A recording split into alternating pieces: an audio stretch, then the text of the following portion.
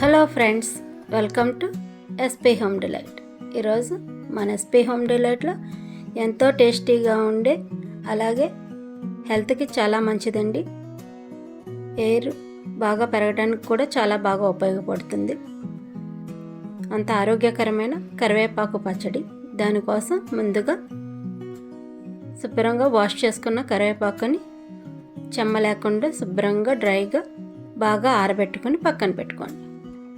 ఇప్పుడు ఒక fry pan తీసుకొని అందులో 2 స్పూన్స్ ఆయిల్ వేసుకొని 2 టేబుల్ స్పూన్ ధనియాలు, 1 టేబుల్ స్పూన్ జీలకర్ర, 1/2 స్పూన్ మెంతులు,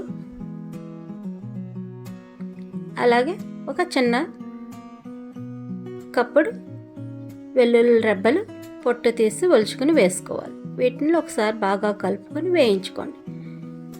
ఇవి కొంచెం వేగిన తర్వాత ఒక 10-12 ఎండుమిర్చిని ఇలా ముక్కలుగా కట్ చేసుకొని వేసుకోండి.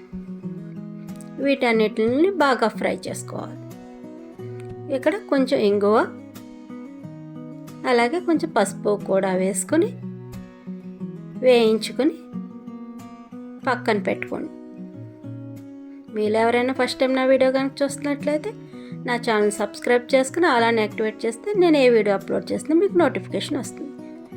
ఇప్పుడు మరలా ఫ్రై ప్యాన్ పెట్టుకుని అందులో కరివేపాకుని బాగా డ్రైగా రోస్ట్ చేసుకోవాలండి.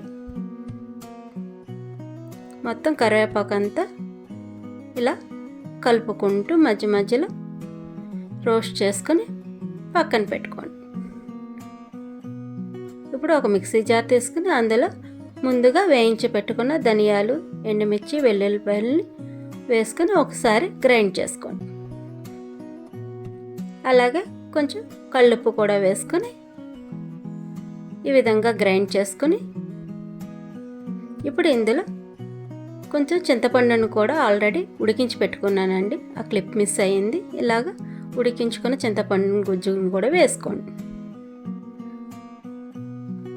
ఇప్పుడు ఇందులో వేయించి పెట్టుకున్న కరివేపాకు కూడా కొంచెం కొంచెంగా వేసుకుంటూ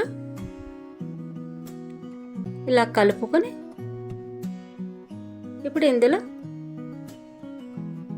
బెల్లం కూడా యాడ్ చేసుకుని గ్రైండ్ చేసుకోవాలండి. ఈ మిశ్రమం గట్టిగా కనుక ఉంటే కొంచెం కాచి చల్లారబెట్టుకున్న వాటర్ని మాత్రమే వేసుకోండి, చన్నీళ్ళు వేసుకోకూడదు. ఇలా వేసుకొని ఒకసారి కలుపుకొని మరలా గ్రైండ్ చేసుకోండి. ఈ విధంగా మెత్తగా గ్రైండ్ చేసుకుని పక్కన ఉంచుకోండి. ఇప్పుడు మరలా ఫ్రై ప్యాన్ పెట్టుకొని అందులో 1 కప్పు ఆయిల్ వేసుకోండి. అందులో కొన్ని వెల్లుల్లి రెబ్బలు, కొంచెం ఆవాలు, కొంచెం జీలకర్ర, అలాగే 2 ఎండుమిర్చి కూడా వేసుకొని ఫ్రై అవనివ్వాలి. ఇప్పుడు ఇందులో ముందుగా గ్రైండ్ చేసి పెట్టుకున్న కరివేపాకు మిశ్రమాన్ని కూడా వేసుకొని మొత్తం ఆయిల్ అంతా ఈ మిశ్రమానికి పట్టేలాగా కలుపుకోవాలండి. మొత్తం ఈ విధంగా మొత్తం ఆయిల్ అంతా పచ్చళ్ళలోకి స్ప్రెడ్ అవుతుంది. పూర్తిగా ఇలాగా మొత్తం కలిసిపోతుంది అన్నమాట. ఆ విధంగా కలిసిపోయేదాకా కలుపుకొని అప్పుడు స్టవ్ ఆఫ్ చేసుకోండి. అంతేనండి, ఎంతో టేస్టీగా ఉండే కరివేపాకు పచ్చడి రెడీ. సర్వ్ చేసుకోవడం అండి. మీకు నా వీడియో కనుక నచ్చినట్లయితే లైక్ చేయండి, షేర్ చేయండి, అలాగే మీ ఫ్యామిలీ మెంబర్స్ షేర్ చేయండి.